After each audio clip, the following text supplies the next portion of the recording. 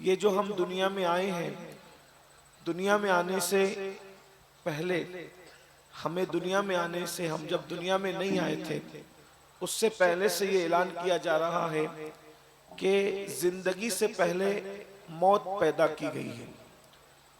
पहले जिंदगी नहीं है बल्कि पहले मौत है, क्योंकि हम पहले मुर्दा थे, फिर हम जिंदा हुए, फिर मरेंगे, फिर जिंदा किए जाएंगे।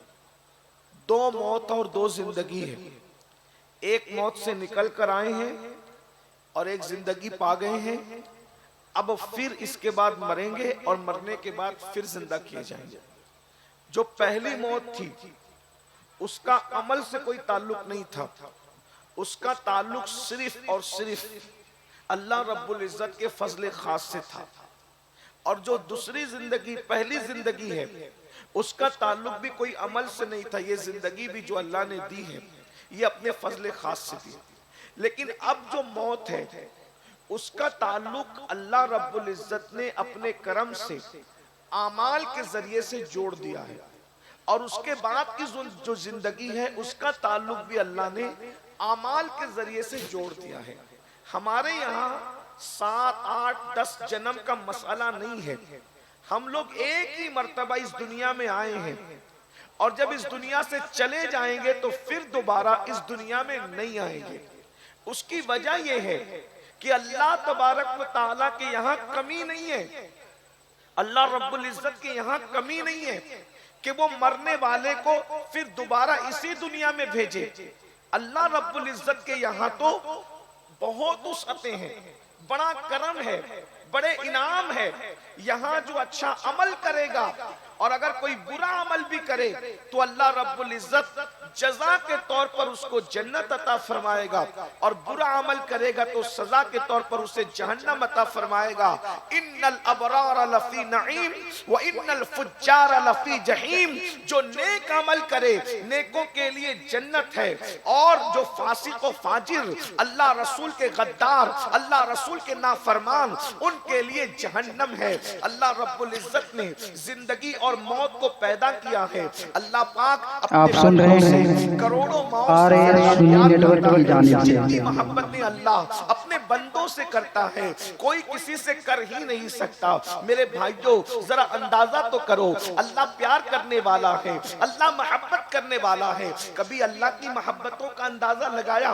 कभी गौर करना, कभी सोचना, सबकी मोहब्बतों को सोचा, क्या कभी रब की मोहब्बत को सोचा? अगर हमारी माँ हमारी कोई कमी देखती है, हमारी माँ, तवज्जो करें, हमारी माँ अगर कोई हमारी कमी देखती है तो वो हमारे अब्बा को बताती है, हमारे भाइयों को बताती है, हमारी बहनों को बताती है, किसी न किसी को तो वो जरूर बताती है। अगर किसी को ना भी बताए तो कम से कम हमारे अब्बा को जरूर बताती है। अल्लाह अकबर। लेकिन ये मेरा अल्लाह है, अल्लाह अकबर। हम रोजाना हजारों गुनाह करते हैं, हम रोजाना सैकड़ों गुनाह करते हैं, लेकिन मेरा अल्लाह हमें रुस्वा नहीं होने देता। कभी सोचा मेरे भाइयों, अगर अल्लाह मेरे ऐबों पे पर्दे न डालता तो मैं यहाँ बैठने के काबिल न था, और अगर आपके ऐबों पे पर्दे न डालता तो आप यहाँ बैठने के काबिल न थे। जरा गौर तो फरमाएं, मेरा रब कितना करीम है। अल्लाह अकबर। वही रब मौत और हयात का फलसफा बयान करता है कि उसने मौत क्यों पैदा की। ये मौत भी मोहब्बत की अलामत है, ये मौत भी मोहब्बत की निशानी है। ये मौत और हयात क्यों पैदा की गई? तो फरमाता है अल्लज़ी खलक़ल मौत वल हयात लियब्लुवकुम अय्युकुम अहसनु अमला। हमने जिंदगी और मौत को इसलिए पैदा किया ताकि हम तुम्हें आजमाएं, हम तुम्हें जांचें कि कौन थोड़ी सी जिंदगी को पाकर, अल्लाह ने कहा थोड़ी सी जिंदगी, ये बहुत थोड़ी सी जिंदगी है। मेरी कौम के जवानों 70 साल जियो तो भी थोड़ी है, 100 साल जियो तो भी थोड़ी है, 300 साल जियो तो भी थोड़ी है। अब तो 100 साल से ज्यादा कोई जीता ही नहीं है। अल्लाह अकबर। 100 साल तक तो बहुत कम लोग पहुंचते हैं, 70 साल में, 60 साल में लोग दुनिया से चले जाते हैं, बल्कि 40 साल में हालत ये होती है कि इंसान खुद ही मरने के लिए तैयार हो जाता है। घुटनों में तकलीफ है, कमर में तकलीफ है, सही दिखाई नहीं देता, ये बीमारी ने पकड़ लिया है, वो बीमारी ने पकड़ लिया है, ये हो गया है, वो हो गया है। सुन लो अल्लाह के बंदो, अच्छी तरह सुन लो, मौत और हयात का फलसफा कुरान बयान कर रहा है। हमने मौत और हयात को इसलिए पैदा किया कि कौन थोड़ी सी जिंदगी को पाकर अच्छा अमल करता है। यहाँ अच्छा अमल करने आए हैं, यहाँ इम्तिहान गाह है, ये एग्जाम हॉल है, हम एग्जाम हॉल के अंदर है, हम इम्तिहान गाह में है। अल्लाह फरमाता है हमने तुम्हें जांचने के लिए, तुम्हें परखने के लिए, तुम्हारा इम्तिहान देने के लिए तुम्हें दुनिया में भेजा है। अब मुझे बताओ क्या हम अच्छा अमल करते हैं? हम अच्छा अमल कर रहे हैं? अल्लाह अकबर। अपने आप में डूब कर सोचो, मेरी कौम के जवानों, मेरे भाइयों, मेरी बहनों, याद रखना इस दुनिया में हमेशा नहीं रहना, इस दुनिया में हमेशा नहीं रहना। हमसे पहले हमारे बाप दादा थे, उनसे पहले उनके बाप दादा थे, उनसे पहले उनके बाप दादा थे। फाका करने वाले भी दुनिया से चले गए, पेट भर खाने वाले भी दुनिया से चले गए, बादशाह भी दुनिया से चले गए, मजदूर भी दुनिया से चले गए, अच्छे भी दुनिया से चले गए, बुरे भी दुनिया से चले गए। हमने भी तो जाना है, मगर याद रखना इस दुनिया में अच्छाई के लिए एसी कमरा हो जाए ताकि मैं ठंडक में सोऊं, उसके लिए कितनी मेहनत करते हो। रोजाना मुझे फाके से निजात मिले, रोजाना रोटी मिले, उसके लिए कितनी मेहनत करते हो। मुझे कोई मुसीबत ना आए, मुझे कोई तकलीफ ना आए, मेरे बच्चों को कोई तकलीफ ना आए, बोलो उसके लिए 8-8 घंटे मेहनत करते हो कि नहीं करते हो। जो थोड़ी सी जिंदगी है उसको अच्छा बनाने के लिए कितनी मेहनत कर रहे हो। और जो जिंदगी कभी खत्म नहीं होगी, हमेशा बाकी रहेगी, उसको अच्छा बनाने के लिए क्या मेहनत की। मिसाल के तौर पर अगर मैं 60 साल या 70 साल जीने वाला हूं तो मैं 25 साल मेहनत करता हूं पढ़ाई पर, ये डिग्री ले लूं, वो डिग्री ले लूं, वो डिग्री ले लूं। क्यों? ताकि आगे की जिंदगी अच्छी हो जाए। और अगर ऐसा नहीं भी करता हूं तो कम से कम इतना तो जरूर करता हूं, जिस जिंदगी को कुरान ने थोड़ा कहा, जिस जिंदगी को कुरान ने मुख्तसर कहा, उस मुख्तसर से जिंदगी को अच्छी बनाने के लिए कभी 8 घंटे की मेहनत करता हूं, न सर्दी देखता हूं, न गर्मी देखता हूं, न बरसात देखता हूं, न सुबह देखता हूं, न शाम देखता हूं। बोलो सबकी ये जिंदगी है कि नहीं? जो जिंदगी मुख्तसर है उस जिंदगी को बेहतर बनाने के लिए, जो जिंदगी फानी है, जो जिंदगी फना होने वाली है, उसके लिए कितनी मेहनत कर रहे हो। कोई सऊदी तक जा रहा है, कोई कलकत्ता तक जा रहा है, कोई दिल्ली तक जा रहा है, कोई दुबई तक जा रहा है। बोलो कितनी मेहनत कर रहे हो। हालांकि ये जिंदगी खत्म होने वाली है, मगर कुरान कहता है वल आखिरतु खैरुम व अबका, आखिरत खत्म नहीं होने वाली है, आखिरत बाकी रहने वाली है। बताओ अल्लाहु अकबर। खत्म होने वाली जिंदगी को बेहतर बनाने के लिए 12-12 घंटे मेहनत करने वालों, दिल्ली, कलकत्ता, सऊदी, अमेरिका, बर्तानिया तक माल कमाने के लिए जाने वालों, हम तुम्हें मना नहीं करते। जो जिंदगी खत्म हो जाएगी उसके लिए इतनी मेहनतें की है, जो आखिरत बाकी रहेगी क्या कभी उसके लिए अपना बिस्तर छोड़कर मस्जिद तक भी जाने की आपने तकलीफ उठाई है? आप दिल्ली तक माल कमाने तो जा सकते हैं, आप कलकत्ता तक माल कमाने तो जा सकते हैं, आप अमेरिका, बर्तानिया तक माल कमाने तो जा सकते हैं, क्या आप आमाल कमाने के लिए घर से मोहल्ले की मस्जिद तक भी जा सकते हैं? जो माल छोड़कर जाना है उसके लिए 8-8 घंटा मेहनत है, और जो आमाल साथ में लेकर के जाना है क्या उसके लिए 8 मिनट भी मेहनत कर रहे हो? क्या उसके लिए 10 मिनट भी मेहनत कर रहे हो? मेरे अजीज, बहुत धोखे में हो। अल्लाह तुम्हें लंबी उम्र दे, लेकिन मरोगे तो जनाजे में रोते हुए जाओगे, पछताओगे। हाय, जो माल मैंने छोड़ के जाना था उसके लिए तो पूरी जिंदगी लगा दी, और जो अमाल लेकर के जाना था उसके लिए मैंने कुछ नहीं किया। क्या कर रहे हो? दुनिया में जियो, खाओ पियो, एंजॉय करो, किसने मना किया? लेकिन कुछ अमाल भी कर लो। जगह जी लगाने की दुनिया नहीं है, ये इबरत की जा है, तमाशा नहीं है। एक दिन दुनिया से जाना है। कितने चेहरे इस मिट्टी में मिले हैं, कितने जनाजों को अपने कंधों पे उठाया है। अच्छे अमाल कर लो, कुछ अच्छे अमल कर लो। बताओ अच्छे अमाल हम कहाँ कर रहे हैं? बहुत माफी के साथ कहूं, हम अपनी तबीयत पर चल रहे हैं, अल्लाह की शरीयत पर नहीं चल रहे हैं। ये हजारों का मजमा है। कफील भाई भी खुश, नूर भाई भी खुश, हम भी खुश, मुफ्ती साहब भी खुश, उलमा भी खुश, इंतजामिया भी खुश। कितने लोग आ गए माशाअल्लाह। यकीनन खुश, अल्लाह आप सबको खुश रखे। लेकिन खुश तो है मगर मेरा कलेजा ठंडा नहीं होता। इतना बड़ा मजमा देखकर खुशी है लेकिन मेरा कलेजा ठंडा नहीं होता। क्यों? मेरी कौम जलसा सुनने के लिए तो जमा होती है मगर दीन पर अमल करने के लिए जमा नहीं होती है। और ये क़यामत की निशानियों में से एक निशानी है।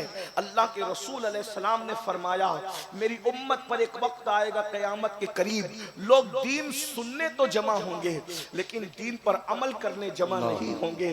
अल्लाह अकबर। ये हजारों के मजमे में हाथ मत उठाना, आपको जलील करने नहीं बुलाया, लेकिन हाथ मत उठाना। मगर ये बात दिल के ऊपर जरा सोचो, एहतिसाब करो। कितने लोग इशा पढ़ कर आए हैं और कितने लोग जाकर फजर पढ़ेंगे? मेरे भाई, ये जलसे यकीनन इनकलाबी होते हैं और हो सकते हैं, लेकिन अगर आप नमाज नहीं पढ़ोगे तो आपको पता है अल्लाह के रसूल अलैहिस्सलातु व तस्लीम के गुलामों, हमारे इमाम आजम अबू हनीफा का फतवा है कि जो नमाज नहीं पढ़ता अल्लाह उसका कोई भी अमल फिर कबूल नहीं करता। जो नमाज न पढ़े अल्लाह उसका कोई अमल कबूल न करे। अगर मुझे लोगों के ज़ौक़ का ख्याल न होता तो मैं पूरी जिंदगी सिर्फ नमाज पर तकरीर करता। क्यों? इसलिए कि कुरान ने जितनी बार कुरान नमाज का जिक्र किया है उतनी बार किसी अमल का जिक्र नहीं किया। किसी अमल का जिक्र एक बार, किसी अमल का जिक्र दो बार, किसी अमल का जिक्र तीन बार, किसी अमल का जिक्र चार बार। तन्हा नमाज वो इबादत है मेरे भाई जिसका जिक्र अल्लाह ने कुरान में 700 मरतबा फरमाया है। 700 मरतबा। सूफिया फरमाते हैं इसीलिए कोई एक वक्त की नमाज छोड़ता है तो वो 700 मरतबा अल्लाह की नाफरमानी करता है। इमाम अहमद इब्न हंबल फरमाते बेनमाजी काफिर है, काफिर। अल्लाह अकबर। मुझे बताओ ना मेरे भाइयों, जरा बताओ, अपने आप पर रहम करो। ये तुम जन्नत के ख्वाब देख रहे हो, मैंने इसका चेहरा देख लिया है, मैं इस फुला बुजुर्ग से मुरीद हो गया हूँ, अब मैं जन्नत में जाऊंगा। मेरे भाई, पहले तुझे शरीयत का मुरीद होना पड़ेगा। अगर तू शरीयत का मुरीद है तो तुझे सबकी पीरी मुरीदी काम आएगी, और अगर तू शरीयत का मुरीद नहीं है तो कोई पीर तेरे काम नहीं आ सकेगा। अल्लाह अकबर। ये बात मैं अहले सुन्नत के मजमे में बगैर किसी खौफ के कह करके जा रहा हूं। अगर मुझे ये यकीन होता, मैं रस्मी बात नहीं कर रहा हूं, अगर मुझे ये यकीन होता कि इस मजमे के लोग ये कह दे कि अमीनुल कादरी अगर तू हमारे पैर पकड़ के कहेगा कि नमाजी बन जाओ, तो मैं मजमे के एक एक शख्स का पैर पकड़ के कहूं कि नमाजी बन जाओ। क्यों? इसलिए कि तुम नमाजी नहीं बनोगे तो तुम जन्नती नहीं बन सकते। जहन्नम के अंदर जलोगे मेरे भाई, जहन्नम के अंदर जलोगे। ये जो शायरी की दुनिया है, मैं शोरा का मुखालिफ नहीं, लेकिन वो शोरा जो तुम्हें हथेली पे जन्नत दिखा रहे हैं और ये कह रहे हैं कि तुम जो है वो ये इसका चेहरा देखो तो जन्नत, उसका चेहरा देखो तो जन्नत, और तुम सुन्नी हो तो जन्नती हो। पहली बात तो मैं ये कहना चाहता हूं कि जो नमाज नहीं पढ़ता, नमाज की कद्र नहीं करता, नमाज की अहमियत नहीं जानता, वो कैसा सुन्नी हो सकता है? उसकी सुन्नियत का कितना एतबार है, जरा ये तो बताएं। मैं बेनमाजी को डायरेक्ट काफिर नहीं कहता क्योंकि मैं हनफी हूं, लेकिन मैं आपसे पूछना चाहता हूं मेरे भाई, आगे आखिर ये कौन सी सुन्नियत है? मुझे बता, ये कौन सी सुन्नियत है जिसमें नमाज ही नहीं है? मुझे बता तो सही, वो कौन सी सुन्नियत है जिसमें नमाज की अहमियत ही नहीं है? अल्लाह अकबर। एक बात मैं आपको बताऊं, अल्लाह के बंदो जरा तवज्जो करना, जरा गौर करना, जरा सोचना। अगर आप अपनी आखिरत के मामले में सीरियस हो, आप अपनी आखिरत के मामले के अंदर संजीदा हो, और अगर कुरान को मानकर, हदीस को मानकर मुसलमान हुए हो, तो सुन लो अच्छी तरह से सुन लो। अल्लाह अकबर। मेरे और तुम्हारे सच्चे रसूल सादिक व मज़दूक मुस्तफ़ा जान रहमत सल्लल्लाहु अलैहि वसल्लम फरमाते हैं, जो नमाज छोड़ देता है अल्लाह उस पर से अपनी अमान की चादर को हटा लेता है, अल्लाह उस पर से अपनी पनाह की चादर को हटा लेता है, यानी वो अल्लाह की अमान से खारिज कर दिया जाता है, अल्लाह की अमान से खारिज कर दिया जाता है। मेरे भाई मुझे बताओ, जो अल्लाह की अमान से निकल जाता है फिर वो खुशियां कैसे पा सकता है, वो सुकून कैसे पा सकता है, वो रोजी कैसे पा सकता है, वो इत्मीनान कैसे पा सकता है? मुझे बताओ मेरे भाइयों, ये हजारों का मजमा है, हजारों में जितने लोग हैं 99% लोग, तुम सबके मसाइल ये है, रात को सुकून की नींद नहीं आती, बच्चियों को रिश्ते नहीं है, कारोबार का मामला है, बड़ी बड़ी डिग्रियां लेकर के दर दर के पे भटक रहे हैं, अच्छी नौकरी नहीं मिलती, माल कमाते हैं मगर सुकून नहीं है, मियाँ बीवी में जमती नहीं है, बच्चे गद्दार हो गए। मुफ्ती साहब ने अभी माँ बाप के बारे में बताया, ये माँ बाप के बारे में तकरीरें क्यों करनी पड़ रही है? बच्चे गद्दार हो गए, मजहबी घरों के बच्चे भी गद्दार नजर आ रहे हैं आजकल, माँ बाप की कोई कदर नहीं है घरों के अंदर। आप क्या समझते हैं सिर्फ रोटी कपड़ा मकान देना ये माँ बाप की इज्जत है? हमारे मसलक में रोटी कपड़ा मकान देना ये सिर्फ इज्जत नहीं है, इसलिए कि रोटी तो चौखट पे बैठने वाले कुत्ते को भी दी जाती है, कपड़ा तो चौखट पे बैठने वाले चपरासी को भी दिया जाता है। हमारे यहाँ माँ बाप रोटी कपड़े का मतलब नहीं है, माँ बाप का मतलब ये है, मेरे इमाम अहले सुन्नत सैयदी आला हजरत इमाम अहमद रजा खान मुहद्दिस बरेली फतावा रज़विया शरीफ में लिखते हैं कि माँ बाप की इज्जत ऐसी की जाए, माँ बाप के साथ सुलूक कैसा किया जाए? फरमाया जब तक माँ बाप से इजाजत न लो उससे पहले तुम उनसे बात नहीं कर सकते, यानी कि माँ बाप तुम्हारे गुलाम नहीं है, माँ तुम्हारी कनीज नहीं है, वो बादशाह और मलका तुम्हारे लिए। पहले उनसे बात करने से पहले इजाजत लो, और अगर वो इजाजत दे बात करने की तो इस तरीके से करो जैसे कोई गुलाम अपने आका से गुफ्तगू करता है। ये हमारे यहाँ माँ बाप का मर्तबा है, हमारे माँ बाप की शान ये है। मगर अल्लाह अकबर, मुझे बताओ तो सही, जो माँ बाप के नाम पे भी हाथ उठा रहे थे, माफी के साथ अर्ज करूंगा, ये माँ अगर दवा मांगे ना तो कहेंगे बुढ़िया डोकरी और डोकरा हम कमा करके तुम ही पे खर्च करते हैं, अपने बच्चों के लिए ना रखें, अपने मुस्तकबिल के लिए ना रखें। याद रखो कुरान ने कहा है सबसे ज्यादा खर्च करने पे सवाब, जिस पे ज्यादा सवाब मिलता है, खर्च दीन के नाम पे सबसे पहले कहाँ करें, कहाँ खर्च करेंगे तो ज्यादा सवाब मिलेगा? हज से ज्यादा, मस्जिद से ज्यादा, मदरसे से ज्यादा, हर नेकी से ज्यादा खर्च करने में सवाब कहाँ ज्यादा है? तो कुरान कहता है जो माँ बाप पे खर्च करता है अल्लाह उसे सबसे ज्यादा अजर और सवाब अता फरमाता है। नारे तकबीर, सबसे ज्यादा सवाब माँ बाप है। लेकिन ये हमारे घरों का मसला है, ये हमारे घरों का मसला है कि हम अपने मशाइख और अपने पीरों को तो गड्डियां के गड्डियां नजर में दे सकते हैं, हम अपने नात खानों को, अपने मुकर्रिरों को गड्डियां के गड्डियां नजर में दे सकते हैं। मैं मना करने नहीं आया, देखो मेरी बात समझने की जरूरत है। लोग हमारी बातों का गलत मफहूम निकाल, मैं ये नहीं कह रहा कि इन्हें ना दो, मैं इसी ये कह रहा हूं इनको तो दे सकते हो। और अगर माँ हॉस्पिटल में एडमिट हो जाए तो और 4 बेटे हो तो चारों झगड़ा करते कि तेरी माँ नहीं है, तेरी माँ नहीं है, तेरी माँ नहीं है, तू बिल नहीं दे सकता, तू बिल नहीं दे सकता।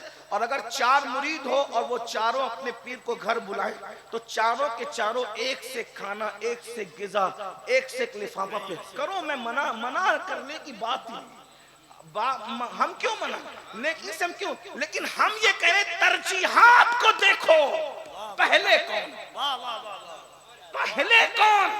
एक बात बताऊं, अगर गलती करूंगा तो मेरी इस्लाह मेरे उलमा करेंगे, और मैं तो एक सूफियों का गुलाम हूं, अपनी गलती हम मानने के लिए तैयार। हमारा अकीदा इमाम हसन वाला है कि आर नार से बेहतर है ना।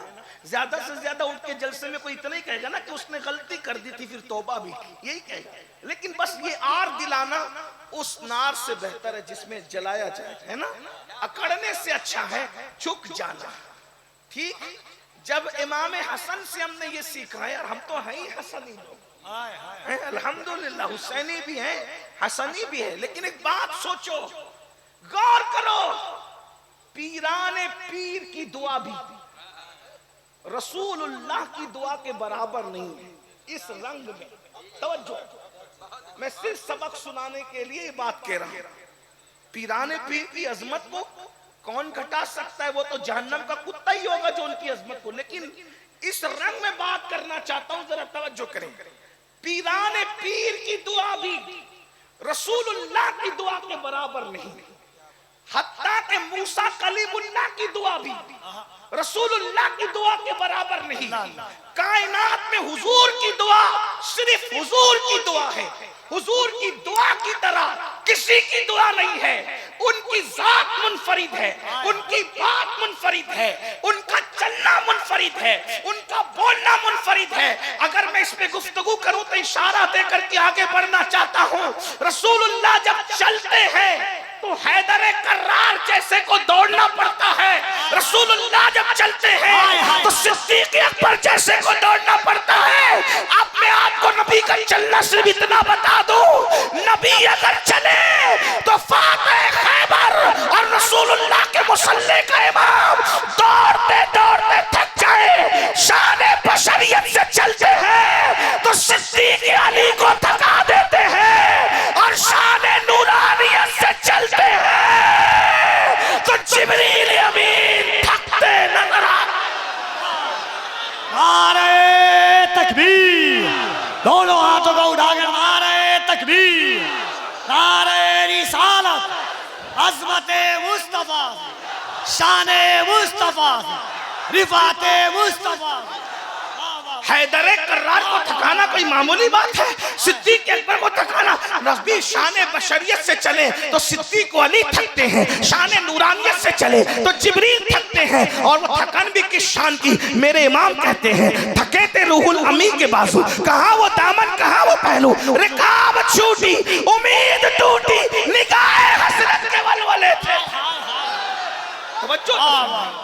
जिसके चलने पे जिब्रील थक जाए वो मुस्तफा जान, तो उनका जिस्म उनके जिस्म की तरह किसी का जिस्म नहीं। उनका चलना है, उनके चलने की तरह किसी का चलना नहीं। हम खाक पे कदम रखते हैं तो निशाने कदम पड़ते हैं, पत्थर पे रखते हैं तो नहीं पड़ते। लेकिन ये मेरे नबी का कदम है, खाक पे रखते हैं तो निशान नहीं पड़ता, और पत्थर पे रख देते हैं तो निशाने कदम पड़ जाएगा।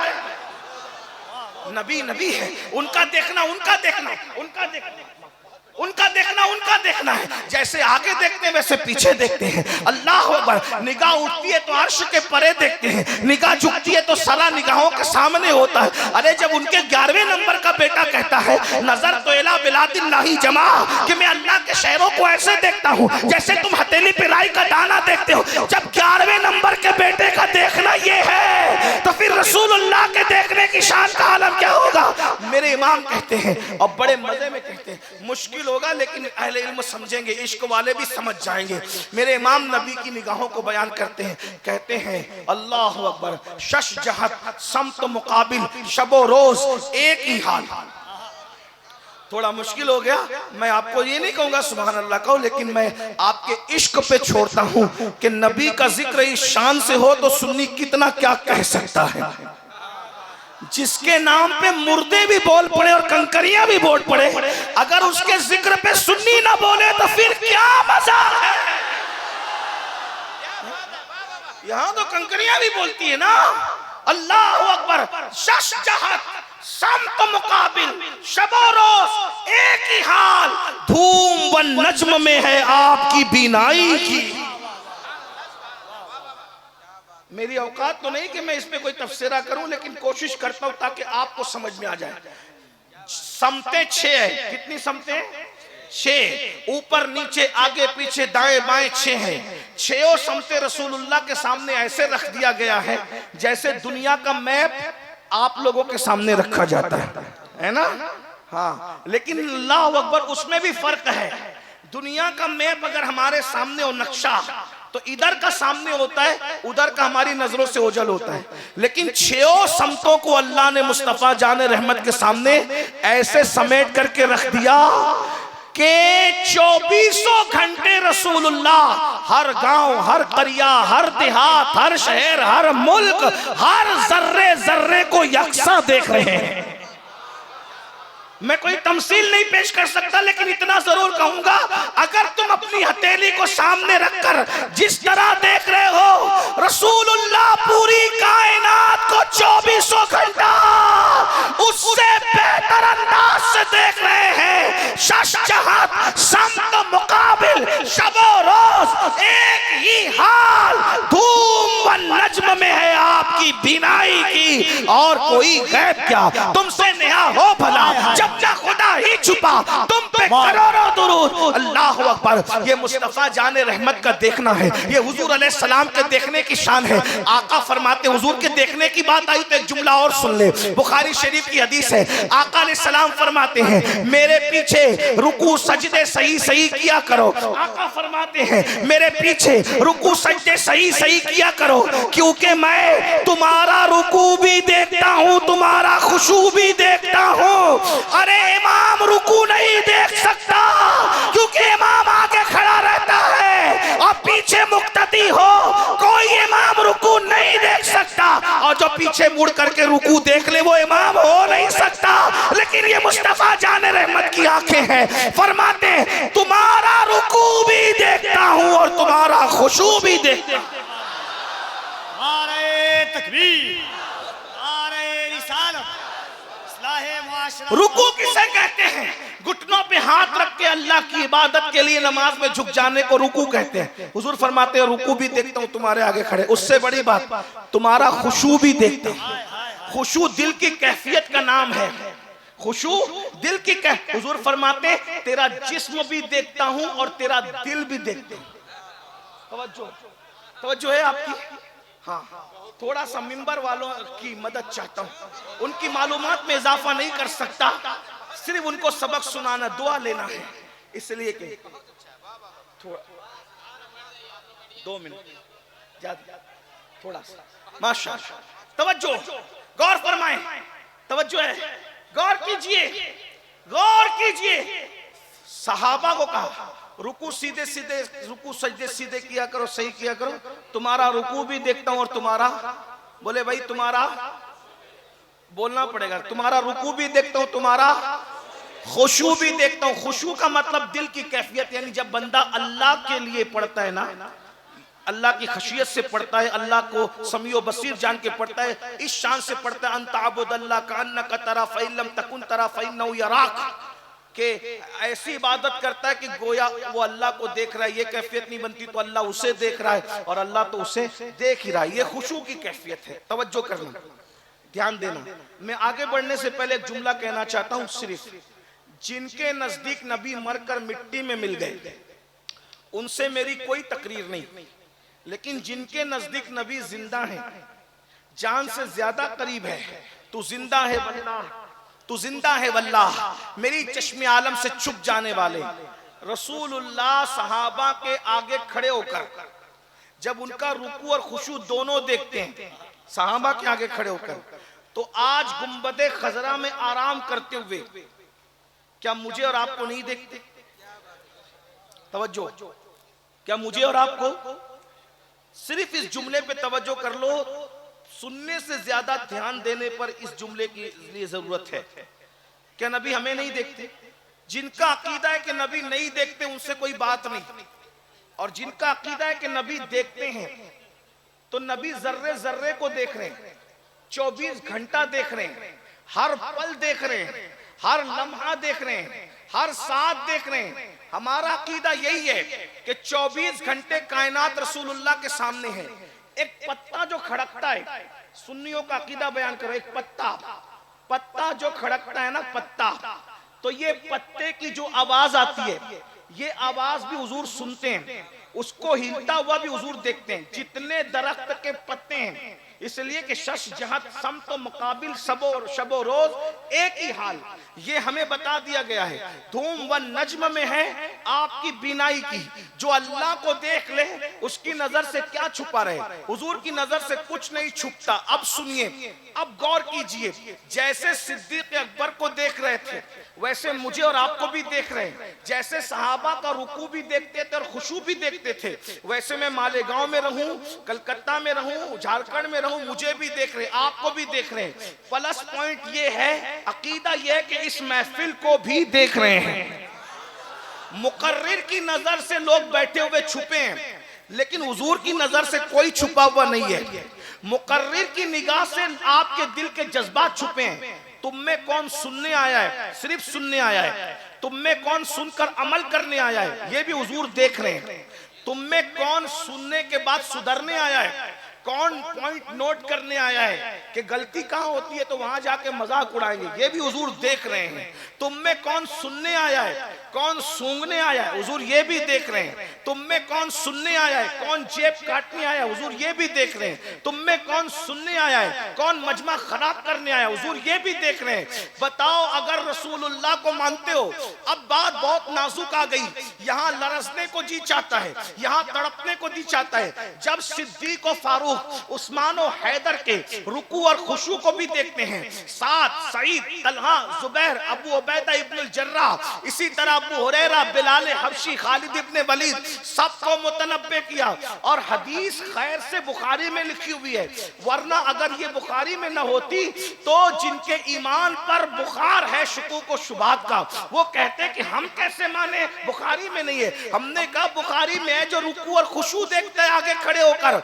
आज वो गुंबदे खजरा में आराम करते हुए हर उम्मती को देख रहे हैं, मर्द हो या औरत, सुबह भी देख रहे हैं, शाम को भी देख रहे हैं, रात को भी देख रहे हैं, दिन को भी देख रहे हैं। अब मुझे बताओ, जब सहाबा को रुकू करते देखते हैं, अगर तू जिना कर रहा है, बता, अगर तू जिना कर रहा है मेरे भाई, तू जिना कर रहा है, तो क्या तेरा ये जिना हुजूर की निगाह से छुपा हुआ है? क्या अगर तू किसी लड़की के कंधे पे हाथ रख रहा है, तो क्या ये तेरा अमल रसूलुल्लाह से छुपा हुआ है? तुझे पता भी है मेरे भाई, अल्लाह अकबर, सबसे ज्यादा गयूर अल्लाह की मखलूक में मुस्तफा जाने रहमत है। अल्लाह अकबर, हुजूर गुनाह करते हुए जब अपने उम्मती को देखते हैं तो हुजूर नाराज हो जाते हैं, हुजूर चेहरा फेर लेते हैं, हुजूर बेचैन हो जाते हैं। फरमाते हैं, जब मैं तुम्हें नेकी करते देखता हूं तो खुश होता हूं, और जब मैं तुम्हें पाप करते देखता हूं तो मेरा दिल दुखता है। बता मेरे भाई, जब तू किसी, मुझे शौक नहीं, लेकिन बस मेरी बेचैनी ये है कि मैं अपने दिल का दर्द तुम्हारे दिलों तक उंडेल दूं, वरना गुनाहों का जिक्र करते हुए मुझे भी हया आती है। मैं कोई तांबे और पत्थर का बना हुआ नहीं हूं। अल्लाह अकबर, जरा गौर करें मेरे भाई, अल्लाह अकबर, जब तेरी माँ तुझे जिना करते देखेगी तो उसके गुस्से का आलम क्या होगा? जब तेरा बाप तुझे जिना करते देखेगा तो उसके गुस्से का आलम क्या होगा? जब तेरे माँ बाप का गुस्सा इतना है तो रसूलुल्लाह तुझे जब जिना करते देखते होंगे तो उनके गुस्से का आलम क्या होगा? उनके जलाल का आलम क्या होगा? अल्लाह अकबर, जब वो किसी लड़की के कंधे पर तुझे हाथ रखते हुए देखते होंगे तो उस वक्त तो उनके गुस्से का आलम क्या होगा? जानता है मेरे भाई तू, अल्लाह के रसूल ने फरमाया, गंदगी में भरा हुआ सूअर अपने हाथ में लेने से बुरा है कि तुम किसी नामहरम लड़की के कंधे पे हाथ रख दो। सिर्फ किसी लड़की के कंधे पे बदनीयती के साथ हाथ रखना गंदगी, गलाजत, पलीदी में भरे हुए सूअर को गोद में लेने से बुरा है। आज गंदी फिल्मों की बुनियाद पर मेरी कौम के 16-16, 17-17 साल के लड़के और लड़कियां किन किन जराइम में मुब्तला हो गए। जिना आज हमारे समाज में आम होता जा रहा है। दुख के साथ कहना पड़ता है कि कहीं ये बात जाओ तो सुनने में आती है कि भाभी की आबरू पर देवर ने डाका डाल दिया। कहीं ये बात सुनने में आती है कि बहू की इज्जत पर ससुर ने डाका डाल दिया। कहीं पर ये बात सुनने में आती है कि साली की आबरू पर बहनोई ने डाका डाल दिया, पड़ोसी की आबरू पर पड़ोसी ने डाका डाल दिया। क्यों? गंदी फिल्में देखते हो, गंदी पिक्चरें देखते हो, और जब शैतान के आलयकार उसके हाथ में कठपुतली बनते हो तो ये सब कुछ करते हो। कितने नौजवान हैं जिनके मोबाइल जिना की फिल्मों से महफूज है। आपसे पूछना चाहता हूं, अरे जन्नत और जहन्नम से का नहीं मामला करते तो कम से कम आप तो बहुत बड़े हो गए ना। आप कहते हैं हमें जन्नत की हाजत नहीं, हम जहन्नम से नहीं डरते। चले भाई यही समझ ले राबिया बसरी का वो मकाम था, लेकिन अगर उस मनसब पे तुम पहुंच गए हो कि हम जहन्नम से इसलिए नहीं डरते कि हम तो यार से डर के इबादत करते हैं और जन्नत की लालच में नहीं करते। चले अगर यही बात आपकी हो गई तो एक बात कहता हूं, महबूब के गुस्से का तो ख्याल करो, महबूब के जलाल का तो ख्याल करो। जो फरमाए अल्लाह अकबर, मेरे तुम्हारे सच्चे रसूल सादिक व मसदूक फरमाए, जिसने किसी लड़की से मुसाफा कर लिया, सिर्फ लड़की से मुसाफा कर लिया, उसके हाथ पर सबसे ज्यादा अगर किसी का हक है तो वो जहन्नम की आग का हक है, उसका हाथ जहन्नम में जलाया जाएगा। अगर किसी का जिस्म बदनीयती के साथ किसी लड़की से टच हो जाए तो अल्लाह अकबर, उस पर सबसे ज्यादा हक अगर किसी का है तो वो जहन्नम की आग का है। काश के मेरी कौम की बेटियां सोचती, जब वो चचा के बेटे के चचाजाद भाई के हाथ में हाथ नहीं दे सकती तो वो चूड़ी पहनने के लिए किसी चूड़ी पहनाने वाले के हाथ में हाथ कैसे दे सकती है। अल्लाह अकबर, जब मामू के बेटे के मामूजात हाथ भाई के हाथ में हाथ नहीं दे सकती तो वो मेहंदी लगाने के लिए मेहंदी क्लब में किसी काफिर के जानों पर, उसकी मांडी पर हाथ रखकर मेहंदी कैसे लगा सकती है। हाय अफसोस, एक वक्त तो वो था कि साली को बहनोई देख नहीं सकता था, पर्दे का ये आलम था। चचाजाद भाई चचाजाद बहन के साथ अकेले नहीं बैठ सकता था, तकवे का ये आलम था। आज क्या हो गया, मताए दीन और दानिश लुट गई अल्लाह वालों की, ये किस काफिर अदा का गमज़े खुरेज है साकी। सुन सुन कर सुन होने वालों, जहन्नम का अजाब मुंह खोले तुम्हारा इंतजार कर रहा है। इसलिए जहन्नम के अजाब को 14वीं सदी के किसी मौलवी ने नहीं बयान किया है, जहन्नम के अजाब को उस रसूल ने बयान किया है जिसकी जबान को कुदरत ने वमा यंतिकु अनिल हवा कहा है। अपने आप पे रहम कर लो। 2 दिन की मौज मस्तियों के लिए कहां जा रहे हो? मेरे तुम्हारे रसूल फरमाते हैं, जिना करने वालों के चेहरे पर जहन्नम की आग भड़काई जाएगी, उनके चेहरे पर रखकर जहन्नम की आग भड़काई जाएगी। मेरे भाइयों, मेरी बहनों, अपनी कमजोरियों पर जरा रहम कर लो। अगर बत्ती का चटका बर्दाश्त नहीं होता, सिगरेट का चटका बर्दाश्त नहीं होता, अपने हाथ से जलाए हुए लाइटर की आग बर्दाश्त नहीं होती, वो आग जिसको मेरे अल्लाह ने 3000 साल तक भड़काया है, बोलो क्या ये रसूलुल्लाह का फरमान नहीं? नबी की जब हर बात मानते हो तो ये नबी का फरमान नहीं? आका फरमाते अल्लाह ने 1000 साल तक जहन्नम को भड़काया तो आग सुर्ख हो गई, 1000 साल तक के और भड़काया यानी 2000 साल तक के भड़काया तो आग सफेद हो गई, 3000 साल तक के भड़काया वो आग काली हो गई। इस वक्त जहन्नम की आग काली है। दुनिया की आग जहन्नम की आग से 70 दर्जा कम है। 2 मर्तबा रहमत के पानी से जहन्नम की आग को धोया गया, तब जाकर के दुनिया की आग बनी है। दुनिया की आग का ये हाल है, जहन्नम की आग का क्या हाल होगा? वो जहन्नम की आग, उसके बारे में आका फरमाते हैं सल्लल्लाहु अलैहि वसल्लम, सरकार फरमाते कहते मेरे आका, जानियों के चेहरों पर जहन्नम की आग भड़काई जाएगी। इसी पे बस नहीं, आका फरमाते जहन्नमियों को कयामत के दिन उनकी शर्म, वो जानियों को जानियों को कयामत के दिन उनकी शर्मगाह की बदबू से पहचाना जाएगा और पूरा मैशर उनकी बदबू से जो है ताफुन रेज हो जाएगा। लोगों के सर फटने लगेंगे, लोग उन पे लानत करेंगे। आका फरमाते हैं उनकी शर्मगाहों पर रखकर जहन्नम की आग दहकाई जाएगी। अगर ये हदीस में नहीं आता तो मैं बयान नहीं कर सकता था। अपने आप पे रहम करो। ये जवानी की रंगरेलियां, ये 2 मिनट की लज्जत, और मैं कहता हूं निकाह करने से किसने रोका? क्यों जिना के अड्डों पे जाते हो? क्यों गंदी फिल्मों पे जाते हो? 18 साल के हो गए, बालिग हो गए, अगर तुम्हारे माँ बाप निकाह नहीं करते, जिना मत करो, गंदी फिल्में मत देखो, अपनी जवानी को बिस्तरों में लेटकर जाए मत करो। अगर तुम शादी के काबिल हो गए, अपने माँ बाप के पास बैठो, बैठकर कहो हमें शादी करना है, हमें बीवी चाहिए। क्यों? माँ बाप से नहीं मांगोगे तो किससे मांगोगे? क्योंकि हमें जब खिलौने की जरूरत पड़ी, हमने माँ बाप से खिलौना मांगा, मिठाई की जरूरत पड़ी, मिठाई मांगा, बुक्स और कॉपी की जरूरत पड़ी, हमने माँ बाप से वो मांगा, हमने माँ बाप से खुशी मांगी। तो हम माँ बाप से बालिग होने के बाद निकाह और बीवी भी मांग सकते हैं। हम आपके साथ खड़े, ये उलमा आपके साथ खड़े, जिना करने वालों के साथ हम नहीं खड़े, हम निकाह करने वालों के साथ खड़े। और मैं तो उस बच्चे को सैल्यूट करता हूं, उन बच्चों को एप्रिशिएट करता हूं जो अपने माँ बाप के कान में कहे मेरी शादी कर दो, मैं शादी के काबिल हो गया हूं। वो मर्द है, मर्द जो माँ बाप को शादी के काबिल होकर कहे कि मेरी शादी कर दो। वो ना मर्द है जो शादी के काबिल होने के बाद भी कहता है अभी 2 साल नहीं करूंगा, अभी 5 साल नहीं करूंगा, अभी अपने पैरों पे खड़ा हो जाऊंगा उसके बाद करूंगा।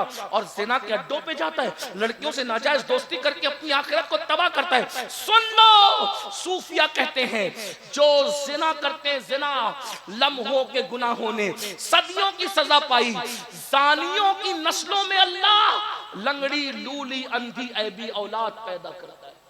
ये सजा, ये सजा है।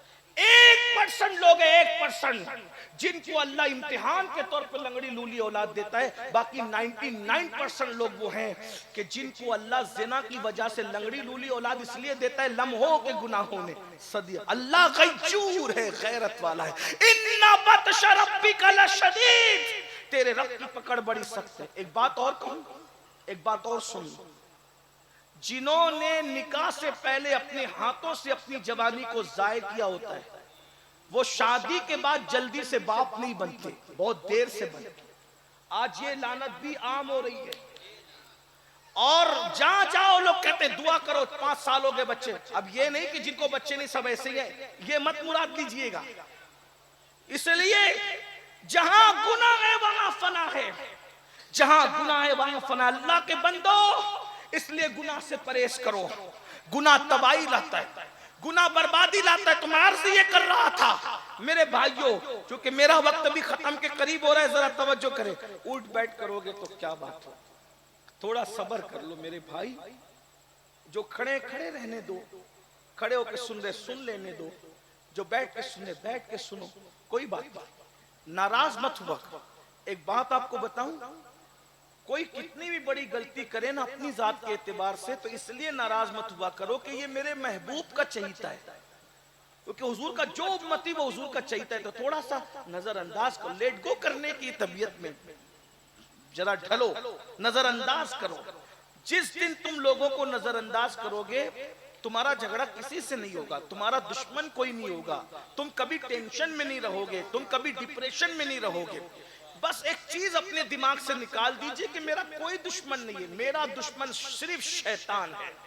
बस तवज्जो, या जो शैतान के रास्ते पर चल चुके हैं वो लोग, ठीक। अब ध्यान है आपकी, अब कोई कुछ नहीं कहे क्योंकि बचे ही अब 15-16 मिनट है, उसमें मुझे बात पूरी करना है। आप अगर ये बीच बीच में ये बातें करते हैं ना, पूरा सिलसिला टूट जाता है। क्योंकि मैं पहले ही लोगों को कहता हूं कि मैं इरफानी हक्कानी नूरानी तकरीरें याद करके नहीं आता। आप जैसा माहौल पेश करते हो उसके मुताबिक अल्लाह की तौफीक से जो आमद होती है वही पेश कर दिया जाता है। मेरा कोई सेटअप नहीं है मेरे भाई, तो थोड़ा सा हम पे रहम कर। मुफ्ती साहब इतनी मेहनत कर रहे थे, उनके साथ भी कुछ लोगों ने ऐसा ही किया, लेकिन बहरहाल उनका अपना ज़र्फ था, उन्होंने माशाल्लाह आपको निभाया। लेकिन मैं थोड़ा सा आपसे गुजारिश करता हूँ, कोई मेहमान बुलाओ, सुकून से सुनो, चैन से सुनो, हल्ला मत किया करो, हंगामा न किया करो, चैन से सुनो। और एक बात आपको बताता हूँ, ये मत देखा करो कि कौन बोल रहा है, ये देखा करो कि क्या बोल रहा है। जो अपने महबूब की बोली बोले ना, मोहल्ले का मौलवी साहब भी बोले तो उसकी बात उतनी ही अहमियत से सुना करो जितनी बाहर के मुकर्रिर की सुनते हो, क्योंकि वो अपनी बात की बोली नहीं बोल रहा है, वो रसूल पाक की बोली बोल। तो मैं बात समेट रहा हूं, अब बात तवज्जो से सुन ले, कोई किसी को कुछ न कहे। जो लोग अपने हाथों से अपनी जवानी को जाय करते वो जल्दी बाप नहीं बन सकते। और उन लोगों की जिल्लत क़यामत के दिन ये होगी, अल्लाह के रसूल अलैहिस्सलाम फरमाते हैं कि कुछ लोगों के हाथ हामला होंगे, हामला, हाथ हमल से होंगे। अल्लाह, क्या जिल्लत होगी उसकी। अगर दुनिया में किसी की उंगलियां सूज जाए ना तो वो जलसे में नहीं आता कि मेरी उंगलियां सूजी हुई है, मैं कैसे जाऊं। मेरे भाई, रसूलुल्लाह के सामने, नबियों के सामने, अल्लाह की बारगाह में हाथ हमल से लेकर जाएंगे कुछ लड़के लड़कियां। सहाबा किराम डर गए क्योंकि वो हुजूर की हर बात पे यकीन रखते। अस्की या रसूलल्लाह, उनके हाथ हमल से क्यों होंगे? कहा कि वो अपने हाथों से अपने शर्मगाहों से खेलते होंगे और अपनी जवानी को जाय करते। इससे ज्यादा मैं पर्दे में नहीं बात कर सकता ना आगे, वरना पर्दे उठा नहीं सकता। बच्चे बच्चियां सब सुनते हैं। ये लानत भी गंदी फिल्मों की वजह से आम हो रही। सोचो, जब हमल से तुम्हारे हाथ होंगे क़यामत के दिन अपने आज़ाए खास से खेलने की वजह से, शर्मगाहों से खेलने की वजह से, और अपनी ताकत को जाय कर। और इतना ही नहीं, एक एक कतरा जो नुत्फे का होता है उसमें कई कई दर्जन बच्चे पैदा करने की ताकत होती है।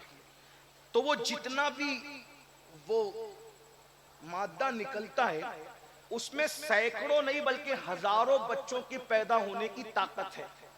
तो वो हजारों बच्चे बगैर सर के क़यामत के दिन उन जवानों के खिलाफ खड़े होंगे जो अपनी जवानी को अपने हाथ से जाय कर चुके। अल्लाह से कहेंगे, अल्लाह, हमने क्या गुनाह किया था कि इस जालिम ने हमें गटर में बहाया। आज हमें इंसाफ चाहिए, इंसाफ का दिन है। मेरी कौम के जवान बच्चों, रहम करो। ये गंदी फिल्में तुम्हें जहन्नम ही में नहीं ले जा रही है, तुम्हारी दुनिया को भी जहन्नम बना देगी। और माँ बाप से कहता हूं, जल्दी शादियां करो बच्चों की। अल्लाह के रसूल अलैहिस्सलाम ने यह भी फरमाया कि 3 चीजों में देर मत करो। जब नमाज का वक्त हो जाए तो पढ़ने में देर मत करो, जनाजा तैयार हो तो तदफीन में देर मत करो, और बेटा बेटी बालिग हो जाए तो उनकी शादी करने में देर मत करो। सहाबा किराम से हुजूर ने फरमाया, निकाह करो, निकाह करो, निकाह करो। तो बाद सहाबा ने कहा, हुजूर गरीब है, हमारे खुद के घर नहीं है, कहां रखेंगे, खिलाएंगे क्या? तो रसूलुल्लाह तो फिर रसूलुल्लाह है, वहां बोली नहीं बदलती। जब सहाबा ने कहा, आका हम गरीब हैं, हम निकाह नहीं कर सकते तो क्या करें? मेरे आका ने फरमाया, निकाह करो, निकाह की बरकत से अल्लाह तुम्हें मालदार फरमा देगा। निकाह की बरकत से अल्लाह तुम्हें, बेटियों की शादियां भी जल्दी करो, बेटों की शादियां भी जल्दी करो, इससे पहले कि बेटी आबरू लुटा करके आए, इससे पहले कि बेटा अपनी जवानी को बर्बाद कर दे। और सुन लो, अल्लाह के रसूल ने यह भी फरमाया, जो माँ बाप अपने बेटा बेटी की शादी देर से करते हैं और औलाद जिना में मुब्तला हो जाती है तो उनके जिना का वबाल सिर्फ उनकी औलाद पर नहीं है बल्कि देर से शादी करने वाले माँ बाप पर भी है। इसलिए अपने बच्चों की शादियां जल्दी करने का ज़हन बनाओ। तो अर्ज क्या कर रहा था, बात दूर निकल गई। अल्लाह के रसूल अलैहिस्सलाम फरमाते हैं, जानियों की शर्मगाहों से लोग उनको पहचानेंगे और उसके बाद आका फरमाते हैं, उसके चेहरे पर जहन्नम की आग दहकाई जाएगी, उसकी शर्मगाह पे जहन्नम की आग दहकाई जाएगी। और फरमाया मेरे आका ने, उनको डामर का लिबास पहनाया जाएगा, उनको आग का लिबास पहनाया जाएगा। और फिर हजरते मालिक जो खाज़ीने जहन्नम है वो फरमाएंगे, इनके दोनों हाथों को इनके गर्दन से जहन्नम की जंजीर से बांध दो, दोनों हाथों को जहन्नम की जंजीर से। वो जहन्नम की जंजीर आका फरमाते उसकी एक कड़ी अगर किसी पहाड़ पे रख दी जाए तो पहाड़ जलकर रेजा रेजा हो जाए। रहम कर लो मेरे भाई, रहम कर लो अपने आप पर, अपनी जवानी पर रहम कर लो, बर्बाद मत करो अपनी आखिरत को। अल्लाह अकबर, अच्छे अमल के लिए आयो, पाप मत करो। आका फरमाते हैं उसके गर्दन से उसके हाथों को जहन्नम की जंजीर से बांध दिया जाएगा। फिर मेरे आका फरमाते हैं उसकी आंखों में आग की सलाखें फेर दी जाएगी, आग की, जहन्नम की आग की बनी हुई सलाखें जानियों की आंखों में फेरी जाएगी। और मालिक, हजरत मालिक कहेंगे, ये पाप देखता था ना, लड़कियों को देखता था ना आंखों से, इसकी आंख में जहन्नम की आग की सलाखें फेर दो। ये दुनिया दुनिया, इसी में मौज मस्ती कर रहे हो, आखिरत को भूल गए हो, आखिरत की फिक्र से दूर हो गया। सुन लो, गौर कर लो। आप बताओ ना मेरे भाई, जब एक तिनका, छोटा सा तिनका मेरी और तुम्हारी आंख में चला जाता है तो आंख का क्या हाल होता है? बाल टूट कर आंख में जाता है तो क्या हाल होता है मेरे भाई? बाल और तिनका तो दूर की बात, अम्मी, बहन, बीवी कोई प्यास काट रही हो तो प्यास के नन्हे नन्हे जर्रात हमारी आंखों में चले जाते हैं तो क्या हाल होता है मेरे भाई?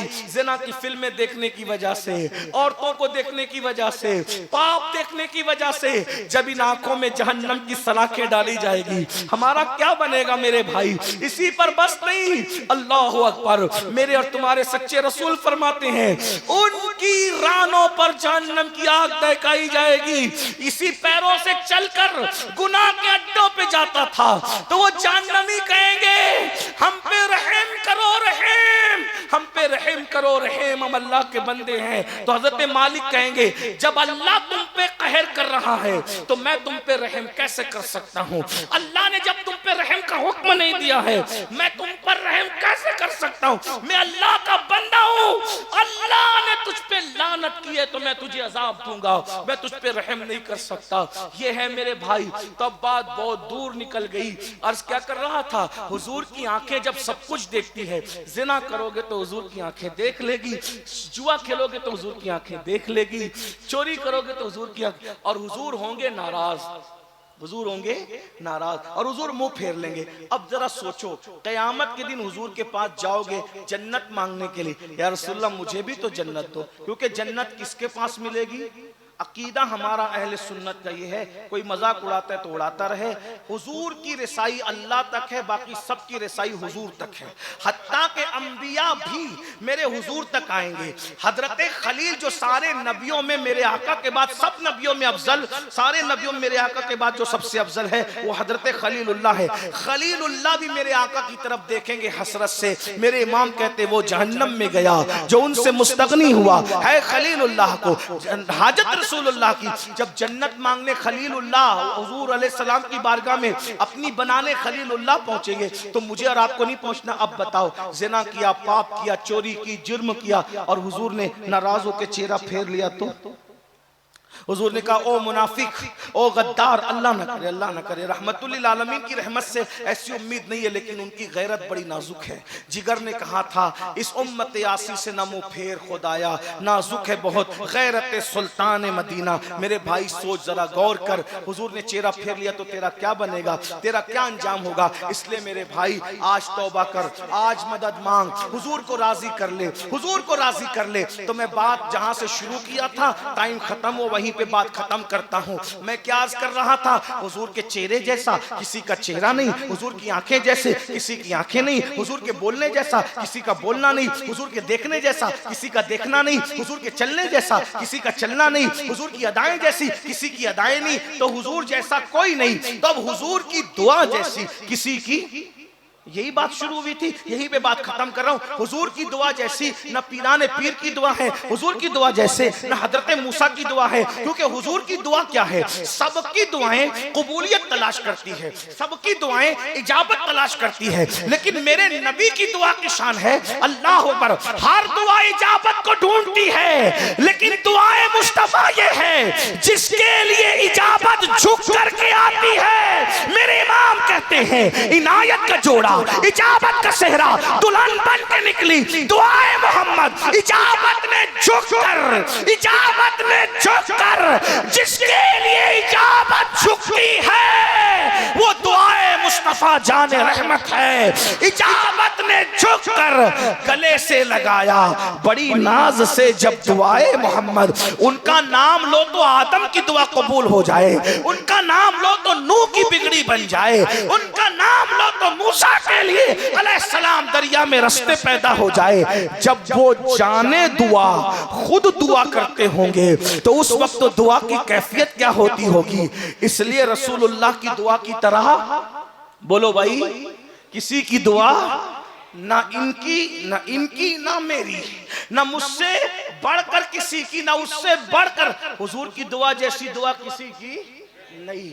लेकिन एक दुआ है जिसको रसूलुल्लाह ने अपने करम से खुद किसी की अहमियत बताने के लिए, किसी का वफादार बनाने के लिए, किसी की तरफ झुकाने के लिए एक दुआ को अपनी दुआ के बराबर का दर्जा दे दिया। आका फरमाते हैं दुआ वालिदिही ले वलदिही का दुआई लकुम, तुम्हारे बाप की दुआ तुम्हारे हक में ऐसी है जैसे मुझ मोहम्मद की दुआ मेरी उम्मत के लिए होती है। यानी जैसे मैं मोहम्मद दुआ करता हूं उम्मत के लिए तो अल्लाह रद्द नहीं करता, वैसे तेरे माँ बाप दुआ करते तो अल्लाह तेरे हक में रद्द नहीं करता। अब इतना कहता हूं, पीर को घर क्यों बुलाते हो? पीर को घर क्यों बुला? बिगड़ी बन जाए, दुआ से मुकद्दर समझ जाए। लेकिन ये बात मैं कह के जा रहा हूं, दुआ दो या गाली दो मुझे कोई फर्क नहीं पड़ता, क्योंकि मुझे भी मर के अल्लाह को मुंह दिखाना है। बड़े से बड़ा पीर लाकर पैसों में तौल दो, अगर वो दुआ करे कोई गारंटी नहीं है किसी के पास कि उसकी दुआ कबूल होगी। लेकिन माँ बाप की दुआ को रसूलुल्लाह ने अपनी दुआ का दर्जा दिया है, ये दुआ करेंगे तो दुआ कबूल होगी। पीर को मत दो मैं ये नहीं कहता, क्योंकि मैं पीरों का गद्दार नहीं हूं, पीरों को जरूर दो, लेकिन पीर से पहले तेरा सबसे बड़ा मुर्शिद तेरे माँ बाप है, उनको भी तो उनकी विलादत पे गिफ्ट दो, अपनी विलादत पे गिफ्ट दो, उनको भी तो नजराना दो। इसलिए कि मेरे भाई कोई दुआ कर दे, बिगड़ी बनेगी कि नहीं बनेगी कोई मैटर नहीं, लेकिन अगर माँ बाप दुआ कर दे, जमानत नबी ने दी है, जन्नत तेरे घर में रखी है, कामयाबी तेरे घर में रखी है, कामरानी तेरे घर में रखी है। उनकी दुआ लेने की बजाय कितनों के पीछे दौड़ रहा है, सबके पीछे दौड़, लेकिन पहले माँ बाप के पीछे दौड़। तो मैं क्या कह रहा था? अल्लाह अकबर। क्या माँ बीमार हो तो कहता है तेरी माँ नहीं, तेरी माँ नहीं, तेरी, ये हाल है। कयामत की निशानियों में से एक निशानी आका फरमाते हैं दोस्तों पे खर्च करेंगे और माँ बाप पे खर्च करने में दिल तंग करेंगे, ये कयामत की निशानियों में से निशानी। मेरे भाइयों, इसलिए मेरी गुजारिश है, अच्छा अमल करने आए हो, अच्छा अमल करने आए हो, अच्छा अमल करो। और मुफ्ती साहब ने बताया, मैं उसी को मैं ख़त्म करते हुए कहता हूँ कि अच्छा अमल क्या है भाई? हाजी 9 ज़िलहज्जा को अरफात में पहुंचे, 5 दिन मेहनत करे, एहराम बांध बांध के घूम घूम के, पत्थर मारे, कंकर मारे, सफा मरवा पे दौड़ भाग करे, पैसे खर्च करे, फिर भी आके नहीं कह सकता कि मेरा हज कबूल हुआ। और माँ बाप को प्यार से देख लो तो मकबूल हज का सवाब मिलता है। यहाँ एक बात में मैं मुफ्ती साहब की बात में एक इजाफा कर दूं, वक्त तो होता तो ये जरूर कहते, जलसे में ये सुन के सब प्लान बनाते, अब घर चलो अम्मी को देखो, अब्बा को देखो, क्या मिलेगा? मकबूल हज का सवाब। 100 बार देखेंगे तो 100 बार, 1000 बार देखेंगे तो 1000 बार। लेकिन ये बात मैं उलमा की मौजूदगी में अपनी इस्लाह के लिए कह दूं, हर औलाद को माँ बाप के देखने पर मकबूल हज का सवाब नहीं मिलता। जो औलाद फरमा बरदार हैं, मुती हैं, उन्हीं को मिलता है, वरना माँ बाप को मार आस्तीन चढ़ा के और फिर उसके बाद घूम फिर के आके हे तो क्या मकबूल हज का सवाब नहीं? काफिर जनवरी में मरे या रमजान शरीफ में मरे, उसके लिए दोनों बराबर। क्यों? रमजान शरीफ की बरकत काफिर को क्यों नहीं मिलती? क्योंकि वो रमजान को रमजान मानता ही नहीं है। जो रमजान को रमजान शरीफ न माने उसको बरकत नहीं मिलेगी। उससे बढ़ के एक बात कहूं, आखिरी बात, टाइम खत्म हुआ लेकिन आखिरी बात, रसूलुल्लाह ने पूछो इन उलमा से एक बात। चलो मैं पहले आपसे सवाल करता हूं, उलमा से नहीं आपसे कहता हूं, अगर किसी को नबी का जुब्बा पहनाकर दफन किया जाए कब्र में तो बोलो उसको अजाब होगा कि नहीं होगा? आप जवाब तो जो भी आपके इल्म में है, उसको अजाब होगा? बोलो भाई, मिल के बोलो। नहीं होगा ना? नबी का जुब्बा जिसको पहना दिया उसको अजाब होगा। लेकिन रसूलुल्लाह ने एक शख्स के बारे में कहा, नबी ये पाक ने अपना जुब्बा अब्दुल्ला इब्ने उबई को पहनाया और उसके मुंह में अपना लुआब डाला और उसकी जनाजा भी हुजूर ने पढ़ा। 3 चीज गौर करना, जिसका जनाजा हुजूर पढ़ा दे बोलो बख्शा जाएगा कि नहीं बख्शा जाएगा? बोलो भाई, अरे जनाजे पे नबी का नाम ले लो तो आदमी बख्शा जाता है।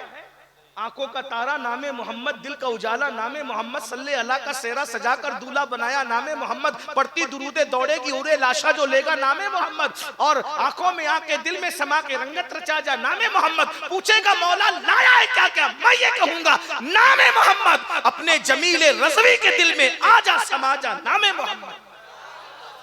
नबी का नाम ले लो तो हूरे बलाएं लेने लगे। जनाजा हुजूर ने पढ़ाया, अपना जुब्बा पहनाया, अपना लुआब उसके मुंह में डाल दिया। लेकिन आका अलैहिस्सलाम से साहबा ने कहा हुजूर वो तो मुनाफिक था। आका ने फरमाया मेरा जुब्बा उसको कोई फायदा नहीं देगा, मेरा उसका मुंह में लुआब डालना उसको कोई फायदा नहीं देगा, मेरा जनाजा पढ़ना उसको फायदा नहीं देगा। क्यों? क्या नबी का जनाजा पढ़ने में पावर कम हो गया था? क्या नबी के जुब्बे का पावर कम है? क्या रसूलुल्लाह के लुआब का पावर उधर से कम नहीं हुआ था? उसने नबी के जुब्बे को कभी नबी का जुब्बा माना ही नहीं। तो जिसने नबी के को नबी नहीं माना तो नबी का जुब्बा उसके लिए मुफीद नहीं हुआ। जिसने नबी को नबी नहीं माना, नबी का लुआब उसके लिए मुफीद नहीं हुआ। जिसने नबी को नबी नहीं माना, नबी का जनाजा पढ़ाना उसके लिए मुफीद नहीं हुआ। क्यों? क्योंकि उसने नबी को नबी माना ही नहीं।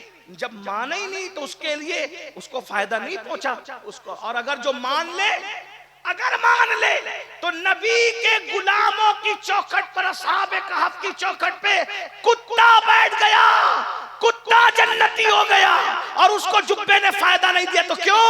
वो कुत्ता अदब से, वफादारी से बैठा था, इसलिए कुत्ते को बैठने ने फायदा दिया। और उसने नबी का इनकार किया, नबी को नबी माना नहीं तो उसको फायदा नहीं दिया। तो अब पता चला जो नबी को नबी का दर्जा ना दे, नबी का जुब्बा उसको फायदा नहीं देता, नबी का लुआब उसको फायदा नहीं देता, नबी का जनाजा पढ़ाना उसको फायदा नहीं देता, तो जो माँ बाप को माँ बाप का दर्जा न दे, माँ बाप को कभी माँ बाप का दर्जा दिया है? माँ बाप को कभी माँ बाप का दर्जा क्या है? क्या है माँ बाप का दर्जा? उनके सामने आप कंधे नहीं उठा सकते, ये इस्लाम में माँ बाप का दर्जा। उनको उफ फला तकुल्लहुमा उफ, उनको उफ नहीं कह सकते।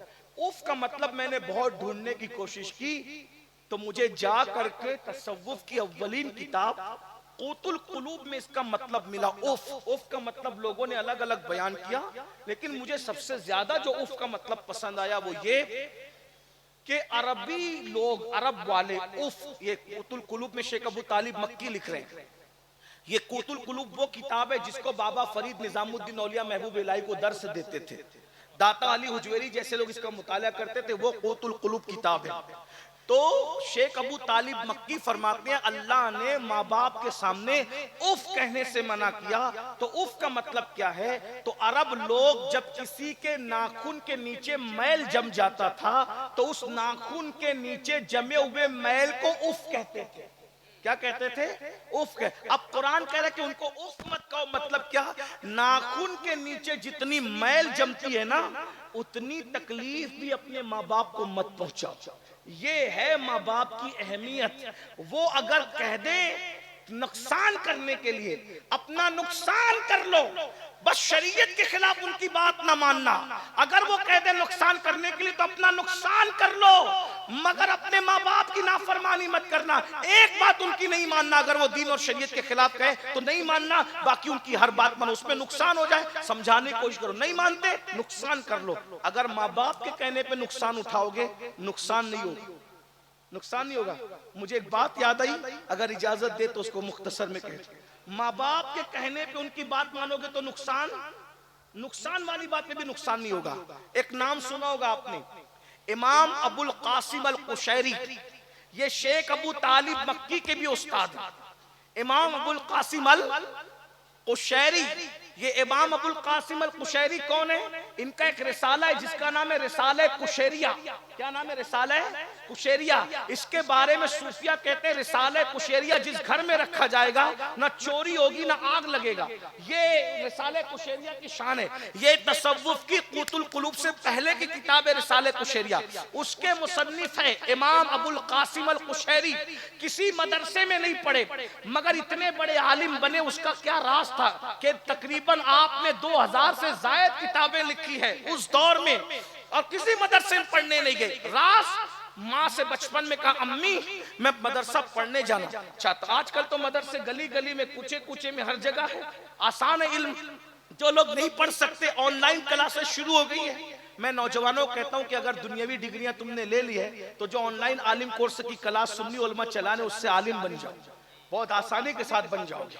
आपका कद और ऊंचा हो जाएगा। तो इमाम अबुल कासिम अल कुशैरी पढ़ने जाना चाहता, माँ होती है, माँ ने कहा ठीक है बेटा जाओ पढ़ने जाओ। एकलौता बेटा था, इधर ये चले गए। जाने के बाद उधर माँ ने रोना धोना शुरू किया, अल्लाह मेरा एकलौता बेटा, उसके बगैर मेरा दिल नहीं लगता, वो चला गया, अब बता मैं रहूंगी कैसे, अब मेरा अल्लाह मेरा बेटा वापस कर दे। उधर इमाम अबुल कासिम अल कुशैरी को हाजत लगी, इस्तिंजा की।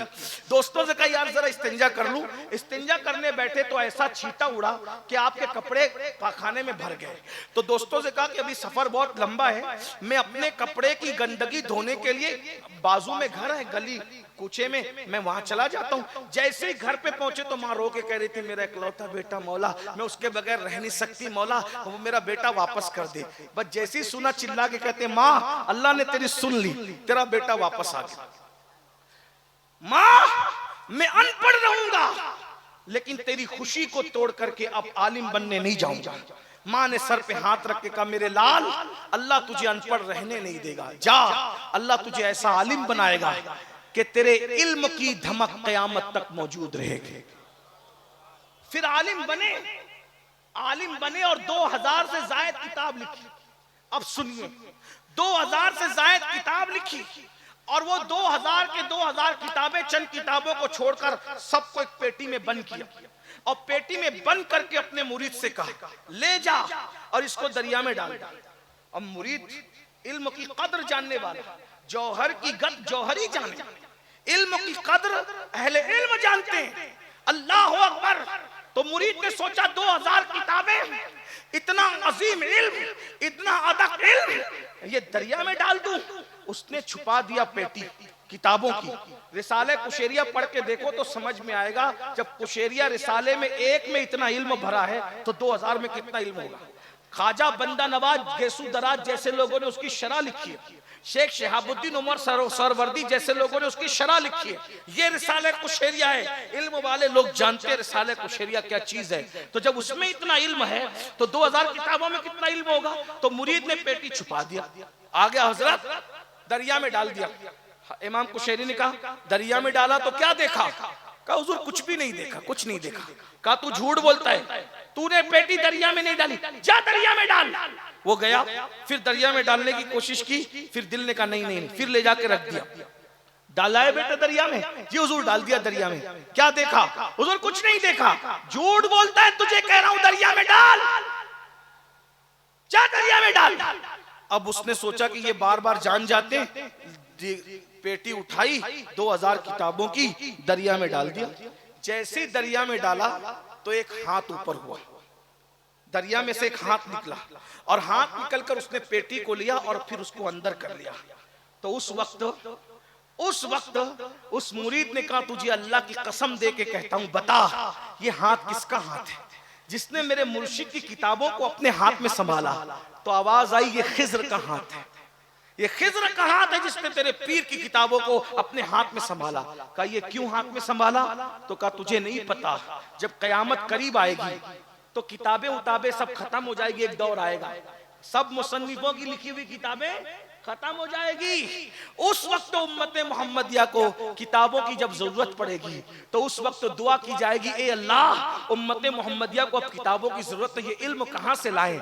तो उस वक्त ये जो मैं अमानत ले रहा हूं उस दिन खिजर वो अमानत दरिया से फिर वापस करेगा और कुशैरी की किताबें पूरी दुनिया में पढ़ी जाएगी। तो उस वक्त तो मुरीद ने कहा हजरत लिखने वाले इतने बड़े बड़े, किसी की महफूज नहीं रहेगी, इसकी क्यों महफूज रहेगी? कहा इसको इसकी माँ की दुआ ने इस मकाम पर पहुंचा दिया, माँ की दुआ ने उस मकाम पर पहुंचा दिया। माँ की खुशी के लिए इसने अनपढ़ रहना गवारा किया, इसलिए अल्लाह रब्बुल इज्जत की बारगाह में इसकी माँ ने दुआ की कि अल्लाह तुझे अनपढ़ रहने नहीं देगा, तुझे आलिम बनाएगा और तेरे इल्म की धमक कयामत तक रहेगी। ये माँ की दुआ की बरकत है कि किताब लिखने वालों की किताबें खत्म हो जाएगी। माँ की दुआ से कुशैरी की किताबें क़यामत के करीब भी लोगों की रहनुमाई करेगी। ये माँ बाप का मकाम है मेरे भाइयों। अल्लाह तौफीक दे। अस्तगफिरुल्लाह रब्बी मिन कुल्लि ज़ंबि व अतूबु इलैहि। अभी महफिल खत्म नहीं, इस तरह की महफिल को सजाने के लिए लाखों रुपए खर्च करने पड़ते हैं। अभी समनानी मियां भी आ रहे हैं, गुलाम नूर मुजस्सम भाई भी पढ़ेंगे और भी लोग पढ़ेंगे। आप उठ के मत जाइएगा, क्योंकि मुझे जोहर की नमाज के बाद कल बनारस में बयान करना है। कल मेरा बयान जोहर में बनारस है और रात में अकबरपुर है, तो मुझे बनारस पहुंचना है। मैं जाऊंगा, आप मेरे पीछे मत आइएगा। कौन कौन नहीं आएगा हाथ उठा के मुझे यकीन दिलाए। ऐसे करोगे मेरे साथ? हाथ उठाओ, सब उठाओ, सब हाथ उठाओ। बोल, वादा करते हो? उठाओ भाई, कोई मेरे पीछे नहीं आएगा ना, मुझे जाने देंगे ना आप इंशाल्लाह। सब उठाओ हाथ, सब उठाओ। ऐसे मत करो, मेरी बात नहीं मानोगे तो लोग क्या कहेंगे कि जिक्रुल्लाह साहब की बात मानी, वो दो लोग चले गए खिदमत के लिए, मेरी नहीं मानी। जिक्रुल्लाह साहब फरमा रहे थे मुफ्ती साहब कि देखो कैसी तकरीर का असर हुआ, दो लोग खिदमत में जा रहे। मैं दिल में सोचता था, या अल्लाह पूरा असर मत होने देना, वरना सलातो सलाम मुझे अकेले को पढ़ना पड़ेगा। तो बहरहाल बोलो भाई, हाथ उठा के बोलो कौन मेरे पीछे नहीं आएगा अभी, मुझे जाने देंगे ना आप इंशाल्लाह। अस्सलाम वालेकुम।